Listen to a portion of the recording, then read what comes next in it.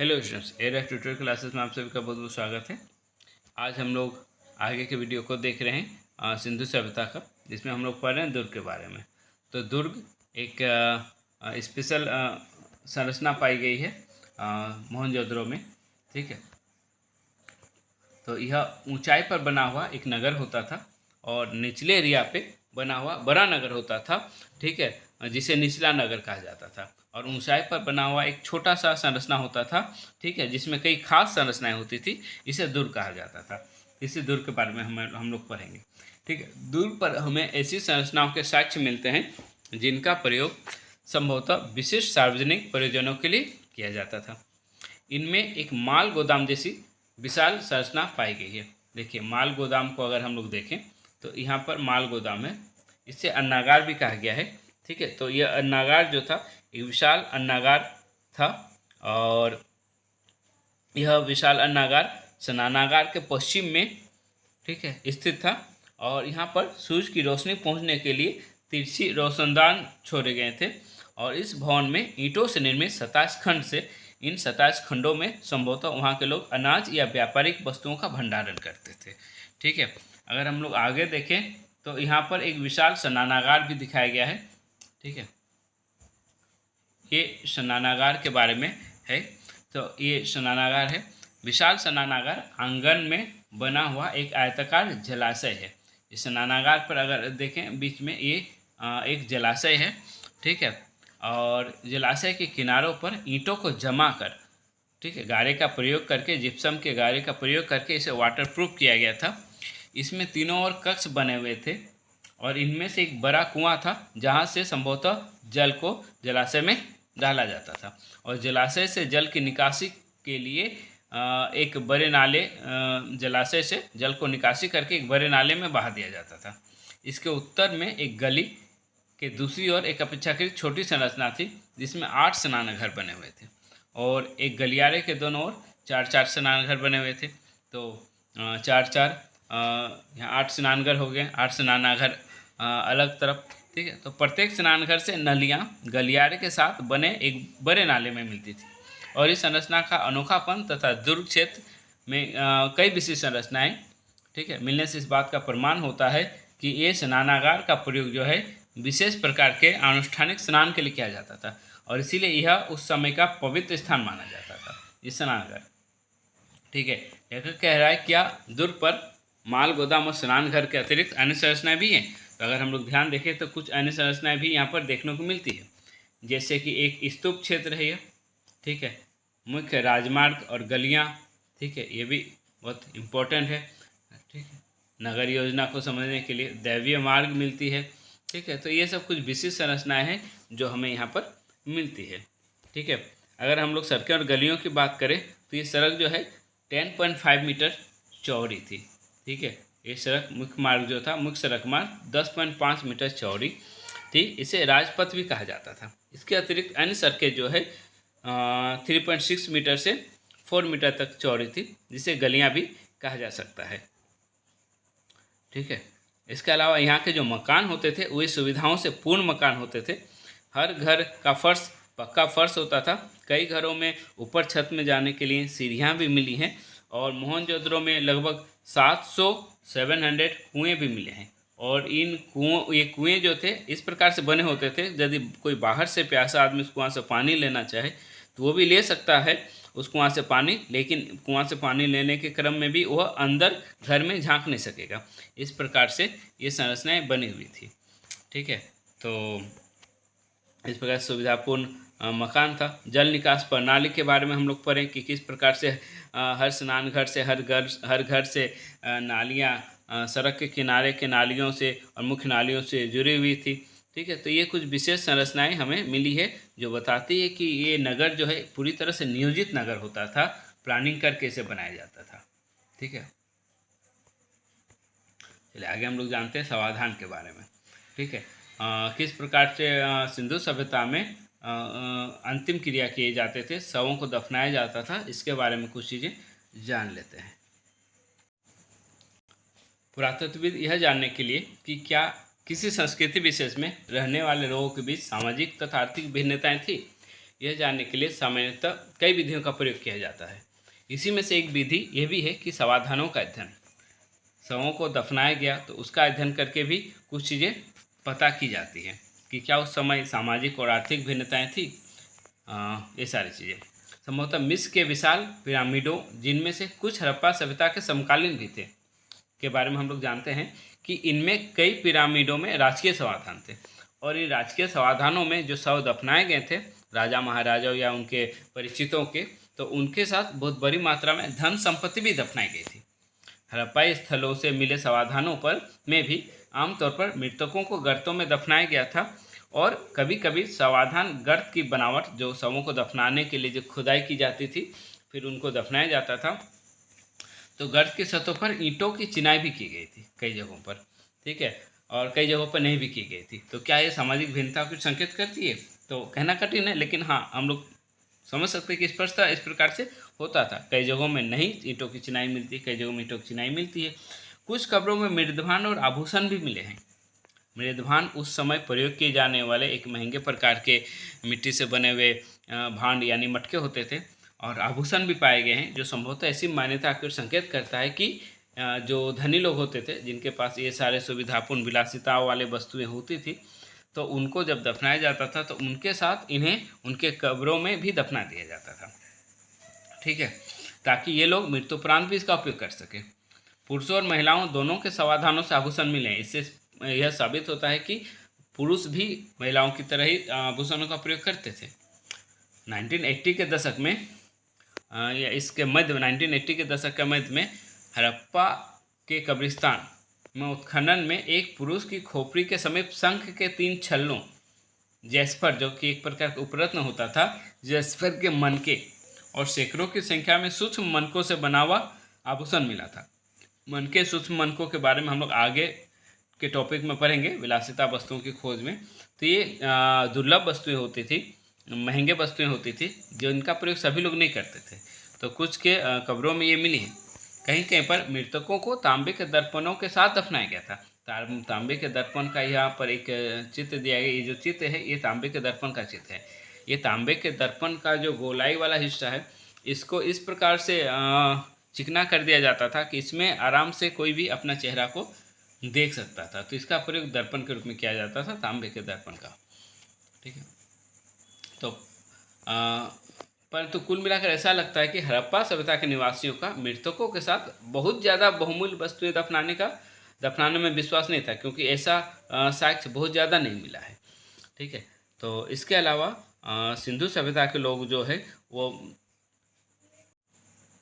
सिंधु सभ्यता के लोग शवों के निपटान के लिए यानी कि अंतिम संस्कार की जो विधियां थी वो केवल दफनाने की ही विधियां नहीं थी, और भी कई विधियां वहां पर रही होगी, क्योंकि सिंधु सभ्यता में हड़प्पा, कालीबंगा, लोथल आदि स्थानों से कई कब्रें मिली हैं, किंतु उनकी जनसंख्या के अनुपात में यह काफ़ी कम है। अतः यह भी स्पष्ट है कि दाह संस्कार के और भी कई विधियाँ प्रचलन में रही होगी, जैसे शवों को जलाने की परंपरा भी प्रचलन में रही होगी। तभी तो जनसंख्या के मुकाबले जो शव मिले हैं उनकी संख्या काफ़ी कम है। तो जो जला दिए जाते थे वो तो समय के साथ नष्ट हो जाते हैं, वे नहीं मिलते थे, ठीक है, लेकिन जिन्हें दफनाया जाता था उनके कंकाल वगैरह मिले हैं, ठीक है।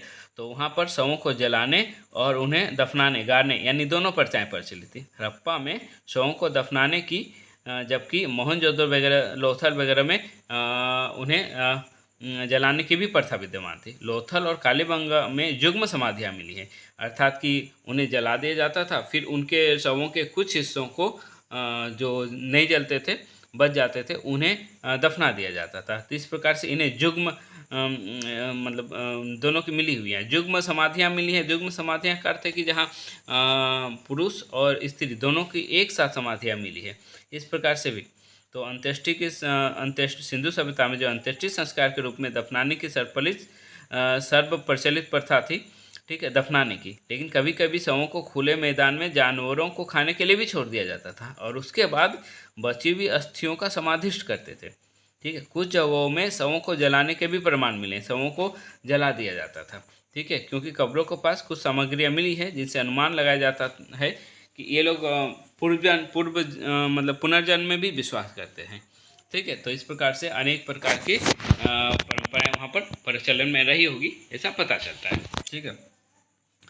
तो आगे हम लोग अगले टॉपिक पर आते हैं, विलासिता वस्तुओं की खोज। तो विलासिता की वस्तुएं उन वस्तुओं को कहा जाता है, विलासिता की वस्तुएं उन वस्तुओं को कहा जाता है जो कि दुर्लभ होती हैं, महंगी होती है और स्थानीय स्तर पर अनुपलब्ध साधनों से बनाया जाता है, या जिनको बनाना जो कठिन होता है, ठीक है, आराम से नहीं बना, जिनको बनाने में ज़्यादा परिश्रम और ज़्यादा समय लगता है। तो ऐसी वस्तुएं, दुर्लभ वस्तुएं या विलासिता की वस्तुएं महंगी वस्तुएं कही जाती है। तो सिंधु सभ्यता के लोग क्या ऐसी वस्तुओं का प्रयोग करते थे? सामाजिक भिन्नता को पहचानने की एक अन्य विधि है कि ऐसी पुरावस्तुओं का अध्ययन करना जिन्हें पुरातत्वविद मोटे तौर पर उपयोगी या विलास की वस्तुओं में वर्गीकृत करते हैं। उपयोगी वस्तुएं, ठीक है, जिनका उपयोग दैनिक जीवन में किया जाता था, पर डे किया जाता था, और कुछ विलासिता की वस्तुएं जो कम संख्या में मिली हैं, ठीक है, कम संख्या में मिली हैं और उनका प्रयोग कभी कभार किया जाता था, ठीक है। पहले वर्ग में रोजमर्रा के उपयोग की वस्तुएं सम्मिलित है, जिन्हें पत्थर अथवा मिट्टी जैसे सामान्य पदार्थों से आसानी से बनाया जा सकता है ताकि ये सस्ते मिले और आसानी से मिले। इनमें चक्कियाँ, मृदभान, सुइयाँ, झावा ये सब शामिल है, जो प्राय हर घर में और ज़्यादा मात्रा में मिली है, ज़्यादा संख्या में मिली है। ये वस्तुएं सामान्य रूप से बस्तियों में सर्वत्र हर जगह पाई गई है। पुरातत्वविद उन वस्तुओं को कीमती मानते हैं जो दुर्लभ हो अथवा महंगी हो और स्थानीय स्तर पर अनुपलब्ध पदार्थों या जटिल तकनीक से बनी है, जो कम मात्रा में मिल रही है, बहुत ज़्यादा मात्रा में जो नहीं मिलती है। इस प्रकार फ्योन्स क्या होता है? घिसी हुई रेत अथवा बालू तथा रंग और चिपचिपे पदार्थों के मिश्रण को पकाकर बनाया गया पदार्थ होता है फ्योन्स, ठीक है। तो पता चल रहा है कि यह इसका बनाने का जो तकनीक है वो काफ़ी कठिन है, दुर्लभ होगा, यह महंगा बिकता होगा, ये इतना कठिन मेहनत के बाद बनने के बाद जो वस्तु तैयार होगी वो महंगा बिकेगा, ठीक है। तो फैंस के छोटे पात्र संभवतः कीमती माने जाते थे क्योंकि इन्हें बनाना कठिन होता था, ठीक है। फैंस से बना हुआ एक पात्र यहाँ पर चित्र में दिखाया गया है, ठीक है। स्थिति तब और जटिल हो जाती है जब हमें रोज़मर्रा के प्रयोग की वस्तुएं जैसे तकलियाँ जो फैंस जैसे दुर्लभ पदार्थों से बनी हुई मिलती है। तो कुछ लोग ऐसे होते थे जो महंगी पदार्थों से बनी हुई चीज़ों को भी रोज़मर्रा की वस्तुओं में उपयोग करते होंगे। संभवतः ये उस समय के बहुत ज़्यादा धनी व्यक्ति रहते होंगे, ठीक है। तो इन दिक्कत ये हो जाती कि दैनिक जीवन में प्रयोग होने वाली वस्तुएं महंगी पदार्थों से बनी हुई है, तो इनका प्रयोग विलास की वस्तुओं के रूप में करें या उपयोगी वस्तुओं के रूप में करें, तो ये कभी कभी समस्या होती है पुरातत्वविदों के लिए वर्गीकरण करने में। यदि हम ऐसी पुरावस्तुओं के वितरण का अध्ययन करें तो हम पाते हैं कि महंगे पदार्थों से बनी दुर्लभ वस्तुएं सामान्यतः मोहनजोदड़ो और हड़प्पा जैसी बड़ी बस्तियों में केंद्रित हैं। छोटी वस्तुओं में ये बहुत कम मिलते हैं। उदाहरण के लिए फाइंस से बने लघु पात्र जो संभवतः सुगंधित द्रव्यों के पात्रों के रूप में प्रयोग होते होंगे, इत्र वगैरह उसमें रखे जाते होंगे, ठीक है। तो अधिकांशतः मोहनजोदड़ो और हड़प्पा जैसे बड़े नगर में ही ये मिले हैं।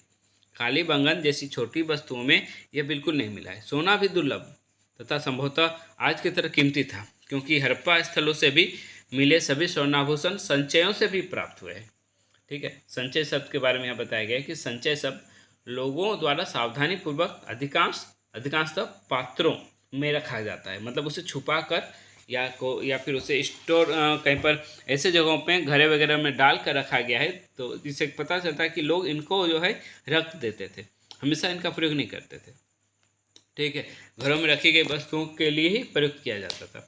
ऐसे संचय आभूषणों के हो सकते हैं अथवा धातु कर्मियों द्वारा पुनः प्रयोग के लिए संभाल कर रखी गई धातुओं के, ठीक है। जैसे हम लोग सोने का आभूषण क्या करते हैं, अलमारी के अंदर लोकर में भी कोई डब्बा में रखते हैं, तो इस प्रकार से इसे संचय करके रखा गया, ऐसा प्राप्त होता है।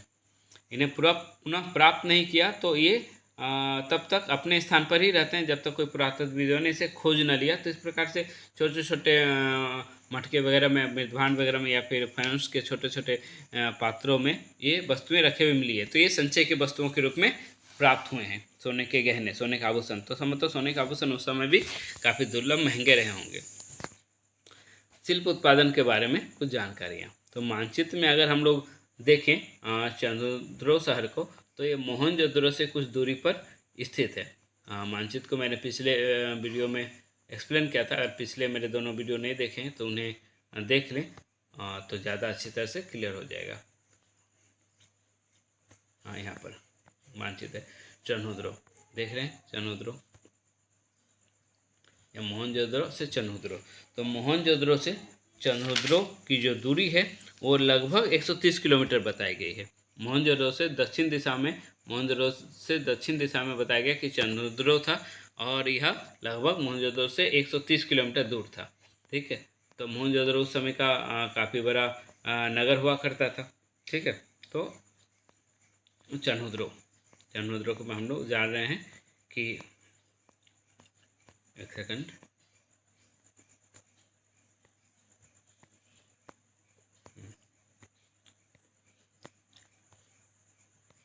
तो मानचित्र में चन्हुद्रो को हम लोग देखें, यह मोहनजोदड़ो की तुलना में एक छोटी बस्ती थी। मोहनजोदड़ो 125 हेक्टेयर में फैली हुई है, जो चन्हुद्रो मात्र 7 हेक्टेयर में फैली हुई बस्ती है, जो पूरी तरह से शिल्प उत्पादन के कार्य में संलग्न थी।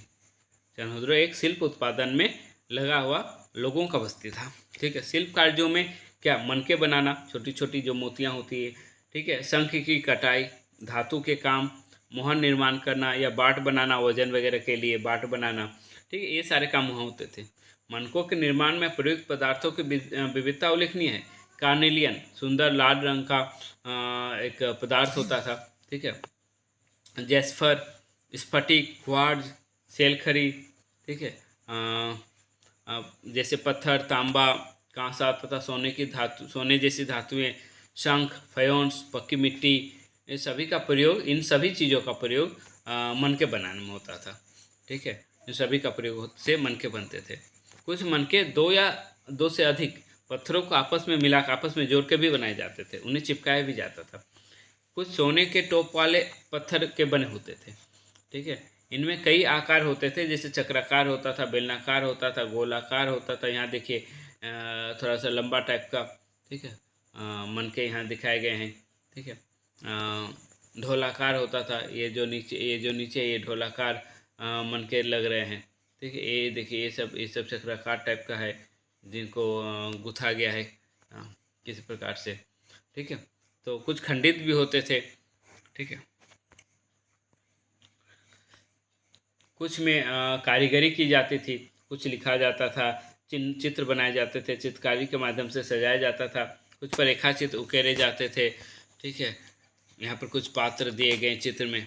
ठीक है, मिट्टी से बनी पुरा वस्तुएं, मृदभान वगैरह वस्तुएं हैं, इन्हें राष्ट्रीय संग्रहालय में देखा जा सकता है, लोथल के स्थलीय संग्रहालय में ये सब देखा जा सकता है। ठीक है, तो मनके बनाने की तकनीकों में प्रयुक्त पदार्थों के अनुसार अलग अलग प्रकार की प्रोसेस को अपनाया जाता था। ठीक है, तो तकनीकें थी, तकनीकों में भी भिन्नताएं थी, जैसे कि सेलखरी जो एक मुलायम पत्थर होता है, इस पर आसानी से कुछ भी उत्कीर्ण किया जा सकता है, आसानी से कुछ लिखा या चित्र बनाया जा सकता है। ठीक है, कुछ इसमें ठोस पत्थरों से बनने वाले ज्यामितीय आकारों के विपरीत कई विविध आकारों के मनके बनाए जा सकते थे। सेलखरी के सूक्ष्म मनके कैसे बनाए जाते थे, यह प्रश्न प्राचीन तकनीकों का अध्ययन करने वाले पुरातत्वविदों के लिए पहली बना हुआ है, क्योंकि ये मुलायम पत्थर होता था और इसके उतने छोटे और विशेष प्रकार के डिजाइन वाले मनके कैसे बनते थे, ये थोड़ा मुश्किल है। हालांकि नुकीली वस्तुओं का उपयोग करके हो सकता है बनाए जाते थे। आज के समय में जब मशीनें इतनी एडवांस हो गई है तो बनाना आसान है, परंतु उस समय इसे कैसे बनाया जाता था, यह एक सोचने वाला विषय है। ठीक है, पुरातत्वविदों द्वारा किए गए प्रयोगों ने यह दर्शाया है कि कार्नेलियन का लाल रंग जो है पीले रंग के कच्चे माल तथा उत्पादन के विभिन्न चरणों में मनकों को आग में पकाकर प्राप्त किया जाता था। पत्थर के पिंडों को पहले अपरिष्कृत आकार में उसे तोड़ा जाता था, फिर बारीकी से उनके छोटे छोटे परत निकालकर सल्क जो पत्थरों के पतले परत होते हैं उन्हें सल्क कहा जाता है। ठीक है, तो इन्हें निकालकर इन्हें अंतिम रूप दिया जाता था। इसी क्रम में घिसाई, पॉलिश, इसमें छेद करने की प्रक्रिया, ये सारी पूरी होती थी। ये सब इन बस्तियों में ये सभी काम ही होते थे।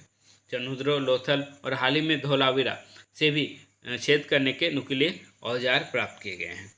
ठीक है, मानचित्र 1 में अगर हम लोग फिर से देखें कि नागेश्वर और बालाकोट, तो नागेश्वर और बालाकोट जो है वो है समुद्र के काफ़ी नज़दीक स्थित है। ठीक है, तो ऐसे जगहों से शंख, सीपियाँ आदि आराम से प्राप्त हो जाती थी। ठीक है, तो ये इन जगहों से प्राप्त होती थी, जिनसे चूड़ियाँ वगैरह बनती थी। करछिया तथा पच्चीकारी की वस्तुएं भी यहाँ पाई गई है। ठीक है। इनके केंद्र ये हुआ करते थे। ठीक है, यहाँ से यह माल जो है दूसरी बस्तियों तक ले जाया जाता था। ठीक है, इसी प्रकार संभवतः चनुद्र और लोथल से तैयार माल यानी कि जो मन के तैयार होते थे वो मोहनजोदड़ो और हड़प्पा जैसे बड़े शहरों में जाता था व्यापार के उद्देश्य से। उत्पादन केंद्रों की पहचान। अब उत्पादन केंद्र किसे कहा जाता है? तो जहाँ पर ये वस्तुएं बड़ी संख्या में एक जगह ही बहुत ज़्यादा मात्रा में मिलेंगे, साथ ही इनके कूड़ा करकट भी मिलेंगे, यानी कि जैसे मनके बना रहे हैं तो इनके छोटे छोटे छिलके वगैरह, पत्थरों के छोटे छोटे परत वगैरह जो टूटे फूटे, ये भी एक साथ मिलेंगे जहाँ पर, तो इन जगहों को उत्पादन केंद्र जाना जाएगा, क्योंकि जहाँ उत्पादन होगा वहाँ सिर्फ मनके नहीं मिलेंगे, इनके अवशेष भी मिलेंगे, छोटे छोटे जो टुकड़े होंगे वे भी मिलेंगे। तो इनको खोजते हैं। शंख की कटाई होती है तो शंख की कटाई के बाद शंख की चूड़ियाँ ही नहीं मिलेंगी, इनके बेकार पदार्थ भी मिलेंगे। तो ये जहाँ पर मिलते हैं उन जगहों को शिल्प उत्पादन का केंद्र माना गया है। ठीक है, तो इस प्रकार से उत्पादन केंद्रों की पहचान की जाती थी। कूड़ा करकट शिल्प कार्य के सबसे अच्छे संकेतों को में से एक है कि यहाँ पर कूड़ा करकट वगैरह मिला है उन वस्तुओं के, तो यहाँ शिल्प उत्पादन का कार्य होता है, शिल्प कार्य होते थे। यदि वस्तुओं के निर्माण के लिए शंख अथवा पत्थर को काटा जाता था तो इन पदार्थों के टुकड़े कूड़े के रूप में उत्पादन के स्थान पर फेंक दिए जाते थे, क्योंकि व्यापार जब होगा तो यहाँ ये सारे कचरे तो जाएंगे नहीं। ठीक है, तो तैयार माल जाएगा। ठीक है, तो जहाँ तैयार माल मिल रहा है तो वहाँ इनका व्यापार होता होगा या उपयोग होता होगा, लेकिन जहाँ इनके कचरे भी मिल रहे हैं, टुकड़े भी मिल रहे हैं छोटे छोटे, तो वहाँ यहाँ इसका उत्पादन होता होगा। तो इस प्रकार से उत्पादन केंद्र की पहचान होती है। समझ पा रहे हैं? कभी कभी बड़े बेकार टुकड़ों को आकार की वस्तुएं बनाने के लिए प्रयोग किया जाता था, परंतु बहुत छोटे टुकड़ों को कार्यस्थल पर ही छोड़ दिया जाता था। बहुत छोटे टुकड़ों को कार्यस्थल पर ही छोड़ दिया जाता था। ये टुकड़े इस बात की ओर संकेत करते हैं कि छोटे विशिष्ट केंद्रों के अतिरिक्त मोहनजोदड़ो तथा हड़प्पा जैसे बड़े शहरों में भी शिल्प उत्पादन का कार्य किया जाता था। माल प्राप्त करने संबंधी नीतियाँ। स्पष्ट है कि शिल्प उत्पादन करने के लिए कई प्रकार के कच्चे माल का उत्पादन होता था। शिल्प उत्पादन कोई भी शिल्प का किसी प्रकार की वस्तुओं का उत्पादन कर लेने के लिए कई प्रकार के कच्चे माल का उपयोग होता था। हालांकि कुछ जैसे कि मिट्टी स्थानीय स्तर पर उपलब्ध थे, परंतु कुछ जैसे कि कुछ खास प्रकार के पत्थर सेलखरी वगैरह गुजरात वगैरह से लाया जाता था। लकड़ी अथवा धातु जलोरख मैदान से बाहर के क्षेत्रों से मंगाने पड़ते थे। बैलगाड़ियों के मिट्टी से बने खिलौनों के प्रतिरूप संकेत करते हैं कि उस समय के लोग बैलगाड़ियों का प्रयोग सामानों को ढोने के लिए करते रहे होंगे, तभी तो बैलगाड़ी का खिलौना बना। अभी कौन से खिलौने आते हैं?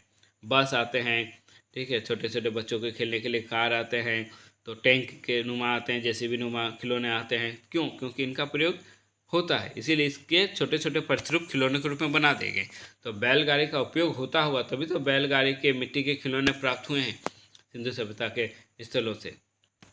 ठीक है, तो इनका प्रयोग परिवहन के लिए होता था। संभवतः सिंधु तथा इसकी उपनदियों के बगल में बने नदी मार्गों और साथ ही तटीय मार्गों का भी प्रयोग व्यापारिक मार्ग के रूप में किया जाता रहा होगा। यहाँ पर देखिए कुछ पात्र तांबे और कांसे के बर्तन यहाँ दिखाए गए हैं। ठीक है, उपमहाद्वीप तथा उसके आगे से आने वाला माल।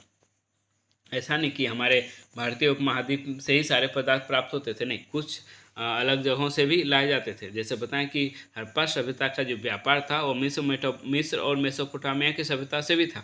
मैंने अपने पहले वीडियो में बताया था, इसको जिक्र भी किया था। ठीक है, तो हड़प्पावासी शिल्प उत्पादन के लिए माल तैयार करने के लिए कई तरीके अपनाते थे। उदाहरण के लिए नागेश्वर और बालाकोट में जहाँ शंख आसानी से उपलब्ध था वहाँ बस्तियाँ स्थापित की शंख की कटिंग वगैरह करने के लिए। ठीक है, तो शंख के आभूषण वगैरह बनाने के लिए बस्तियाँ स्थापित की। ऐसे ही कुछ अन्य पुरास्थल थे सुदूर अफगानिस्तान में सोरतुघाई, जो अत्यंत कीमती माने जाने वाले नीले रंग के पत्थर लाजवर्द मणि के सबसे अच्छे स्रोत के निकट स्थित था। लोथल, जो कार्निलियन गुजरात में भड़ोच नाम का जगह है उसके सामने है, तो वहाँ पर एक बस्ती थी। ठीक है, सेलखरी दक्षिणी राजस्थान और उत्तरी गुजरात से प्राप्त होते हैं। धातु राजस्थान के स्रोतों के निकट स्थित था। ठीक है, तो राजस्थान तो ये सब धातु जो है, धातु के स्रोत वगैरह या जो भी उपयोगी वस्तुएं हैं शिल्प उत्पादन के लिए, तो वे जहाँ जहाँ प्राप्त होते हैं वहाँ एक बस्तियाँ भी स्थापित होती थी और उनका जो कटिंग वगैरह है, उनको जो तैयार करना होता है वो वहाँ तैयार हो जाता था। उसके बाद उसे दूसरी जगह भेज दिया जाता था। कच्चा माल प्राप्त करने की एक अन्य नीति थी तो पहली नीति हो गया कि वहाँ पर कटिंग वगैरह करके और उसको सुविधापूर्ण सांचे में ढालकर उसके बाद उसको भेज दिया गया। ठीक है, फिर कहीं पर वो असेंबल होगा। ठीक है, तो एक अन्य नीति की थी, जैसे राजस्थान के क्षेत्रीय अंचल तांबे के लिए प्रसिद्ध है, दक्षिण भारत सोने के लिए प्रसिद्ध है। 3 क्षेत्रों में अभियान भेजना और वहाँ से इन धातुओं को खोजकर प्राप्त करके उसे ले आना, फिर एक जगह इकट्ठा करके उसे फिर प्रोसेस करना, उसको सही ढांचे में तैयार करना, उसका कटिंग करना यानी गलाना या जो भी करना है उसको किया जाता था। इन अभियानों के माध्यम से स्थानीय समुदायों के साथ संपर्क स्थापित किया जाता था और इन इलाकों में ज़्यादा मिलने वाली हड़प्पाई पुरावस्तुएं ऐसे संपर्कों के संकेतक है। जैसे वहाँ कुछ मोहरे वगैरह मिल गई तो जो पता चलता है कि वहाँ के लोगों से ये सारी वस्तुएं कुछ मूल्य देकर प्राप्त की गई होंगी। खेती क्षेत्र में मिले साक्ष्यों को पुरातत्वविदों ने गणेश्वर जोधपुरा संस्कृति का नाम दिया है। इस संस्कृति के विशिष्ट मृदभांड हड़प्पाई मृदभांडों से भिन्न थे तथा यहाँ तांबे की वस्तुओं की असाधारण संपदा मिली है। ठीक है, इसीलिए कहा जाता है कि ये तांबे का केंद्र रहा होगा। तांबा प्राप्त करने के लिए, तांबा धातु प्राप्त करने के लिए यह इस क्षेत्र जो है उस समय का भी केंद्र रहा होगा। खेती तांबे के उत्पादन के लिए जाना जाता है। ऐसा संभव है कि इस क्षेत्र के निवासी हड़प्पा सभ्यता के लोगों को तांबा भेजते थे। ठीक है, तो इस प्रकार से यहाँ पर एक चित्र दिखाया गया है कि हड़प्पा सभ्यता और पश्चिम एशिया किन किन जगहों से कनेक्टेड थे, किन किन जगहों पर उनका व्यापार वगैरह होता था। ये एक मर्तबान का चित्र है। मर्तबान एक प्रकार का बर्तन होता था जो ओमान में मिला है और ये हड़प्पाई मर्तबान है। ठीक है, यानी कि हड़प्पा सभ्यता का मर्तबान है जो कि ओमान में मिला है, यानी कि हड़प्पा सभ्यता का व्यापार यहाँ भी चलता रहा होगा। इनका संपर्क इन क्षेत्रों से, सुदूर क्षेत्रों से था। हाल ही में कई पुरातात्विक खोजें इंगित करती है कि तांबा संभवतः अरब प्रायद्वीप के दक्षिण पूर्व छोर पर स्थित ओमान से भी लाया जाता था। न केवल खेतरी से बल्कि ओमान से भी लाया जाता था। ठीक है, रासायनिक विश्लेषण दर्शाते हैं कि ओमानी तांबे तथा हड़प्पाई पुरावस्तुओं दोनों में निकल के अंश मिले हैं, जो दोनों के साझा उद्भव की ओर संकेत करते हैं। ठीक है, निकल के अंश भी प्राप्त हुए हैं। ठीक है, ओमानी तांबे और पुरावस्तुओं दोनों में ही निकल के अंश मिले हैं। ठीक है, संपर्क के और भी संकेत मिलते हैं कि एक विशिष्ट प्रकार का पात्र, एक हड़प्पाई मर्तबान जिसके ऊपर काली मिट्टी की एक मोटी परत चढ़ाई गई थी। ठीक है, ओमान स्थल से प्राप्त हुआ है। ऐसी मोटी परतें तरल पदार्थ के रिसाव को रोकती थी। ठीक है, इसलिए मिट्टी का परत इस पर चढ़ाया जाता था। ठीक है, हमें यह नहीं पता कि इन पात्रों में क्या रखा जाता था। यह संभव है कि हड़प्पा सभ्यता के लोग इनमें रखे सामान का ओमानी तांबे से विनिमय करते थे। ठीक है, इसमें जो भी सामान रख के ले जाया जाता था वो शायद उन्हें देते थे और वहाँ से तांबा वगैरह लेते थे। ठीक है, ऐसा माना जाता है। ठीक है, यह चित्र है मेसोपोटामिया के विशिष्ट बेलनाकार मोहर है। ठीक है, परंतु इस पर बना एक कुबरदान बिशप का चित्र है। यह सिंधु क्षेत्र से लिया गया प्रतीक होता है। एक बिशप का यहाँ पर चित्र दिखाया गया है। ठीक है, बैल का चित्र दिखाया गया इसमें। ठीक है,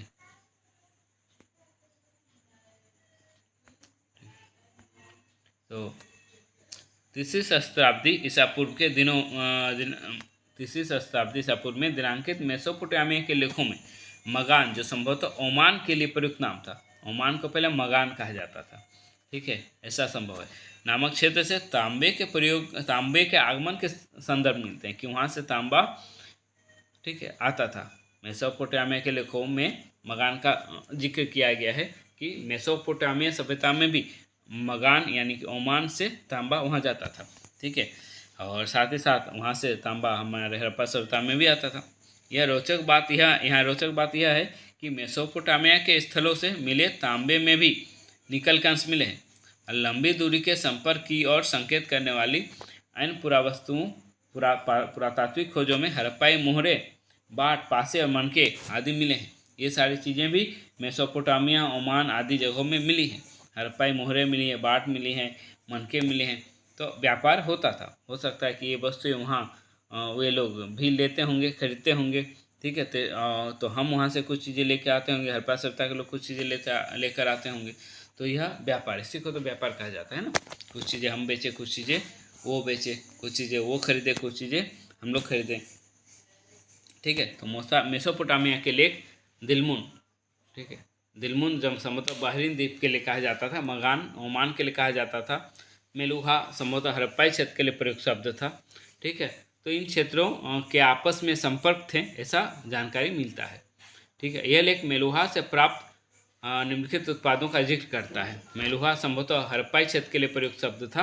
तो यहाँ पर जो चीज़ें मिलती हैं जैसे कि कार्नेलियन, लार्जवद मणि, तांबा, सोना तथा विविध प्रकार की अलग अलग प्रकार की लकड़ियाँ वगैरह, ठीक है, ये सारी चीज़ें मिली हैं। मेलुहा के विषय में एक मेसोपोटामिया मिथक ये बताता है कि तुम्हारा पक्षी हाजा पक्षी हो, उसकी आवाज़ राज प्रसाद में सुनाई दे। हाजा पक्षी संभवतः वहाँ कोई दुर्लभ पक्षी होता होगा, ठीक है, कुछ महत्वपूर्ण पक्षी होता होगा जिनका वहाँ पर विशेष स्थान रहता होगा, पवित्र होता होगा यह पक्षी, ठीक है, और इसकी आवाज़ वहाँ शुभ मानी जाती होगी। ठीक है, तो कहा जाता है कि तुम्हारा पक्षी हाजा पक्षी हो, यानी कि जो हड़प्पा सभ्यता से जो लोग आते हैं, ठीक है, उनके बारे में कहा जाता है कि तुम जो है हाजा पक्षी के समान पवित्र हो और तुम्हारी आवाज़ राजप्रसाद तक पहुंच सके, राजप्रसाद में सुनाई दे, यानी राजमहल में सुनाई दे। वहाँ के राजघराने के लोग भी ऐसे अच्छा माने, ठीक है, या फिर इनके साथ व्यापार करने को राजी हो। ठीक है, ऐसा भी माना गया कि हाजा पक्षी मोर को कहा गया था। तो ठीक है, तो मोर जो कि भारतीय उपमहाद्वीप में पाया जाता है, क्या यह नाम उसने अपनी आवाज़ से यह नाम जो है उसे अपनी आवाज़ से मिला था, मोर को हाजा पक्षी उन्होंने कहा। ऐसा संभव है कि ओमान, बहरीन या मेसोपोटामिया से संपर्क सामुद्रिक मार्ग से था, स्थलीय मार्ग से ना होकर सामुद्रिक मार्ग से परिचय रहा हो, ऐसा भी हो सकता है। ठीक है, प्राचीन समय में ज़्यादातर व्यापार सामुद्रिक मार्ग से ही हुआ करता था, सामुद्रिक मार्ग या नदी मार्ग से ही होता था। ठीक है, क्योंकि स्थल मार्ग से जाना काफ़ी कठिन होता था। आजकल की तरह इतने उन्नत सड़क मार्ग काफ़ी दूर दूर इलाकों तक नहीं बने हुए थे और बीच में पहाड़, नदियाँ, जंगल, झरने आदि हुआ करते थे। तो नदी मार्ग या फिर जल मार्ग, जो भी हो, समुद्र मार्ग हो या नदी मार्ग हो, तो जल मार्गों का प्रयोग करना ज़्यादा आसान माना जाता था। मेसोपोटामिया के लिए लोग जो है, मेसोपोटामिया के लेख मेलुहा को नाविकों का देश कहते हैं थे, क्योंकि ज़्यादातर जो नगर है वह नदी के किनारे हैं और नदियों से नदियों के माध्यम से एक नगर से दूसरे नगर तक नावों के माध्यम से जाते हैं। ठीक है, तो मोहरों पर भी नाव का यहाँ पर दिया गया। देखिए, ये जो मोहर है इसमें नाव का चित्र दिया गया है, इस मोहर में नाव का चित्र है। इस प्रकार से नाव का चित्र इस मोहर में बनाया गया है। ठीक है, तो नाव का चित्रांकन मोहर में भी पाया जाता है, नाव के चित्र वाली मोहर। ठीक है, यह बहरीन में मिली फारस की खारी, यहाँ पर बहरीन में मिली गोलाकार फारस की खारी, ठीक है, प्रकार की मोहर। कभी कभी हड़प्पाई चित्र भी यहाँ पर मिलते हैं, कुछ बिरसप जैसे चित्र इसमें भी मिले हैं। ये यहाँ पर बिरसप के बारे में जो बताया गया था, तो बिरसप का चित्र यहाँ भी मिल रहा है। ठीक है, इसके अलावा नाव के चित्र वाली मोहर भी मिली है। ठीक है,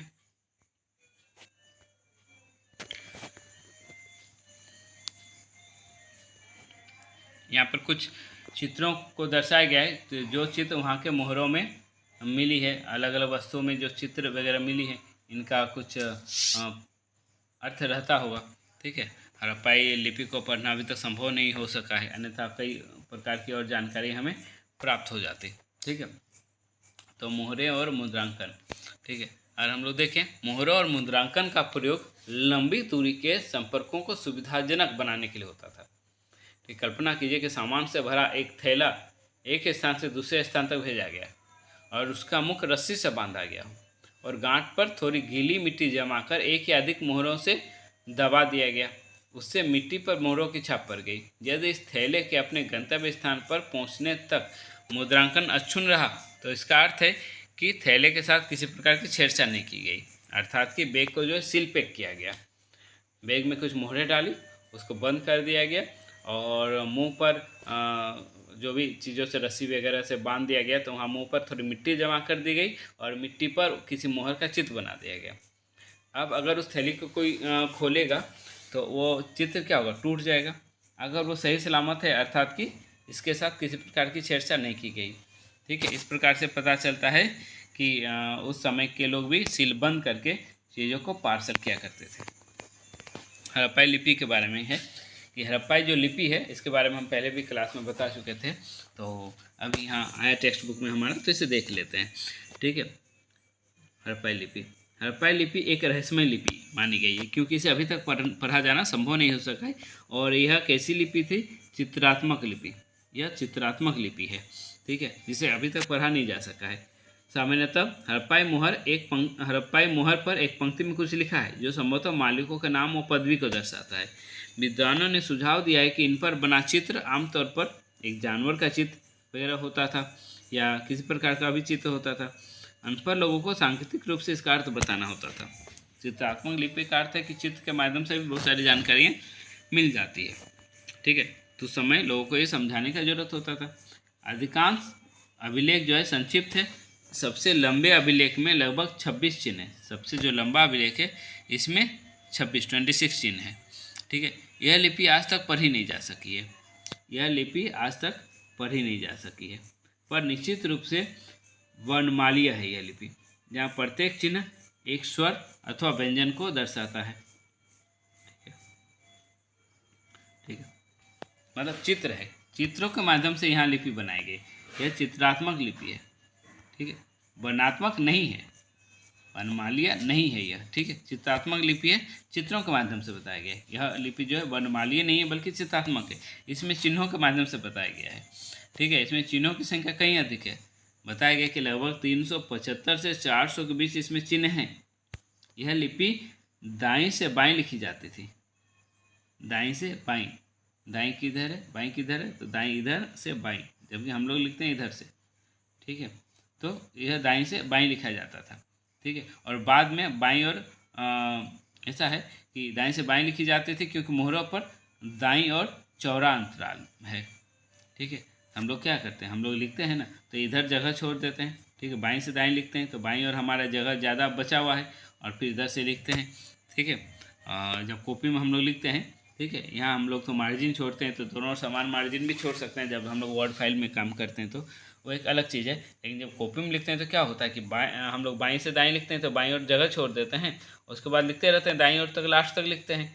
ठीक है, बाईं ओर से लिखते हैं तो बाईं ओर जगह, लेकिन जब दाईं ओर से लिखते हैं तो दाईं ओर जगह छोड़ते हैं और दाईं ओर से फिर बाईं ओर पूरा लास्ट तक लिखते हैं, है ना। तो इस प्रकार से तो बाईं ओर जगह छोड़ा हुआ है, इसीलिए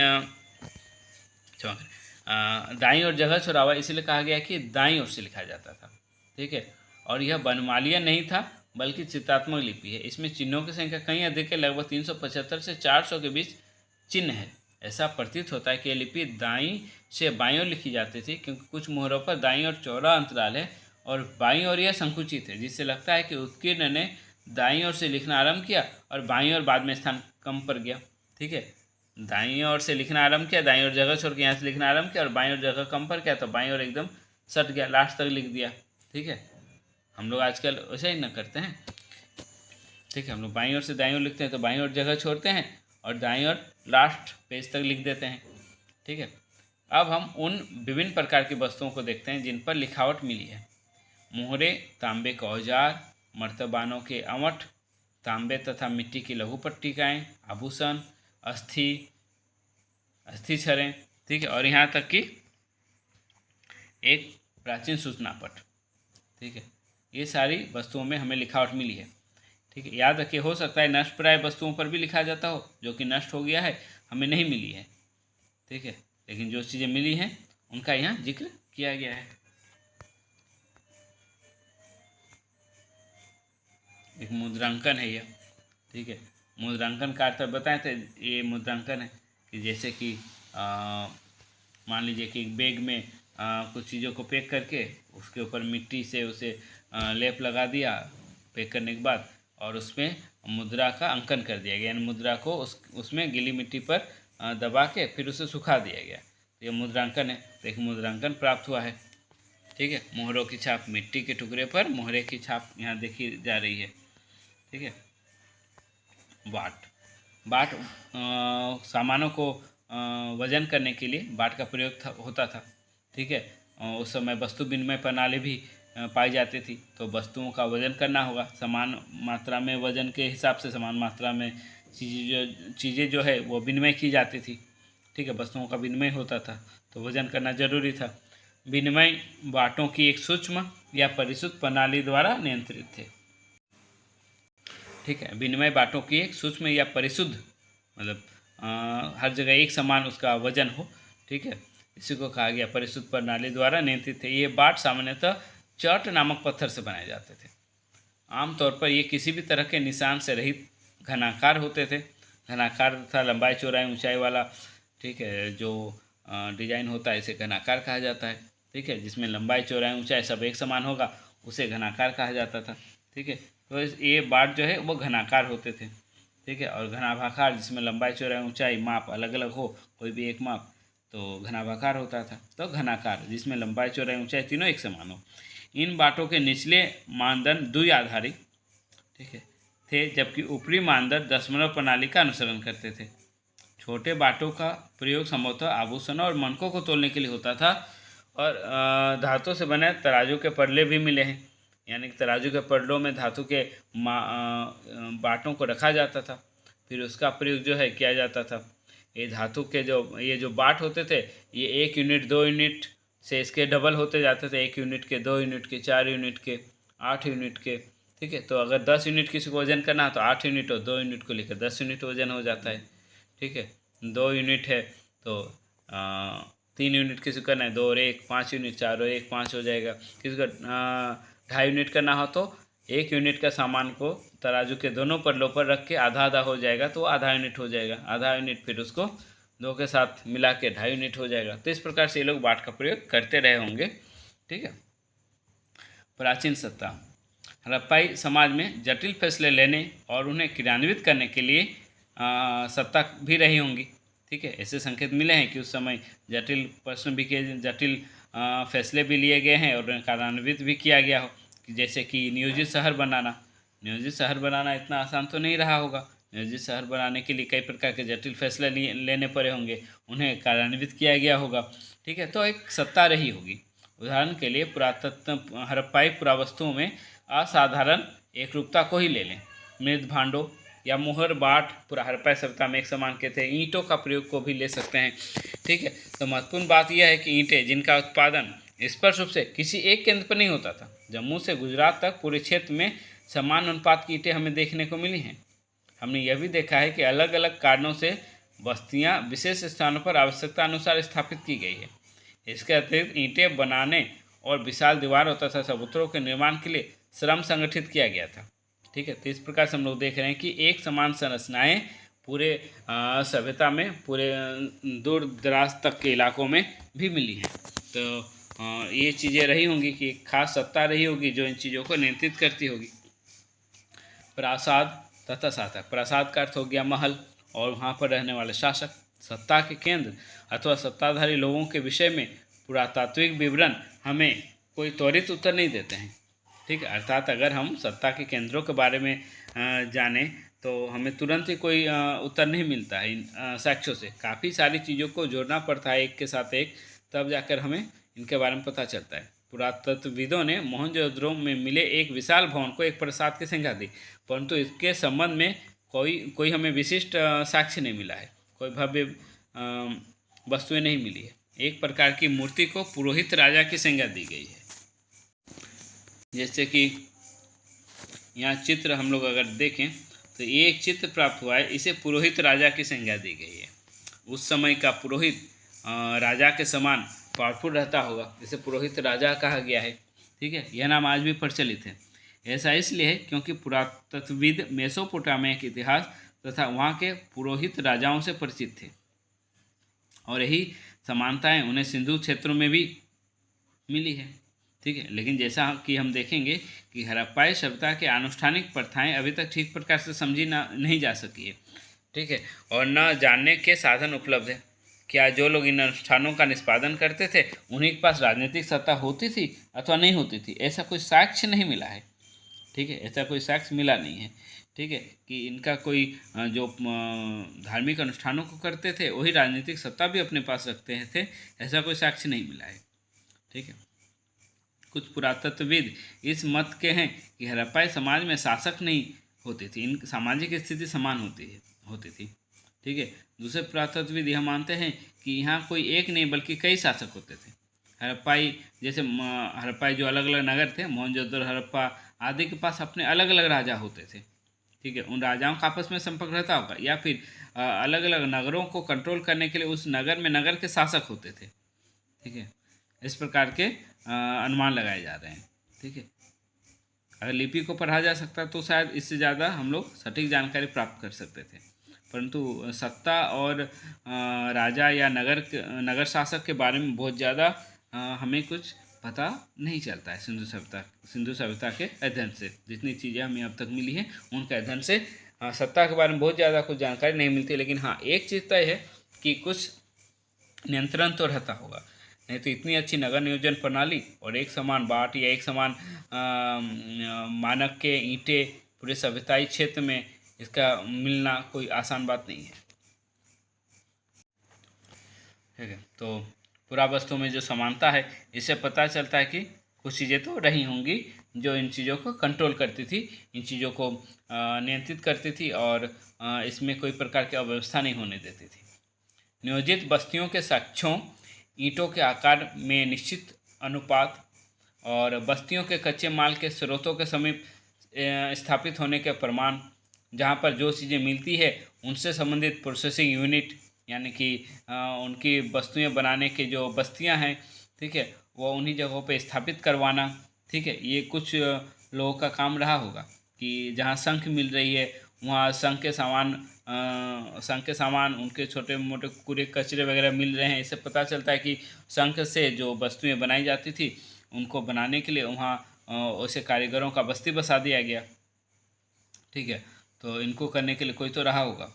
ठीक है, अभी तक की स्थिति में अंतिम परिकल्पना सबसे युक्तिसंगत प्रतीत होती है, क्योंकि यह कदाचित संभव नहीं कि पूरे के पूरे समुदायों द्वारा इकट्ठे ऐसे जटिल निर्णय लिए या कार्यान्वित किए जाते होंगे तो सब एक समान रहते होंगे, सबके पास एक समान पावर रहेगा। ऐसा नहीं हो सकता है कि पूरे के पूरे समुदाय ऐसे जटिल निर्णय ले सकेंगे। तो कुछ लोग रहे होंगे जो कि कंट्रोल करते होंगे, जो कि लीडरशिप करते होंगे, इनके बारे में भले हमें बहुत ज़्यादा जानकारी ना मिली, लेकिन चीज़ों को देखकर अनुमान तो यही लगता है। आगे के वीडियो में हम लोग सभ्यता के अंत के बारे में जानेंगे डिटेल से। सभ्यता के अंत के बारे में एनसीईआरटी टेक्स्ट बुक में बहुत ज़्यादा नहीं दिया गया है, तो बहुत सारे कंटेंट है जो मैं दूंगा अपनी तरफ से। तो सभ्यता के अंत के बारे में अगले वीडियो में मैं डिटेल में बताऊंगा। आज के वीडियो में यहाँ तक रखते हैं हम लोग, और वीडियो को शेयर करें अपने दोस्तों के साथ और सारे स्टूडेंट्स के साथ। चैनल को सब्सक्राइब करें, लाइक करें और ज़रूरी सुझाव को कमेंट में डालें। थैंक्स।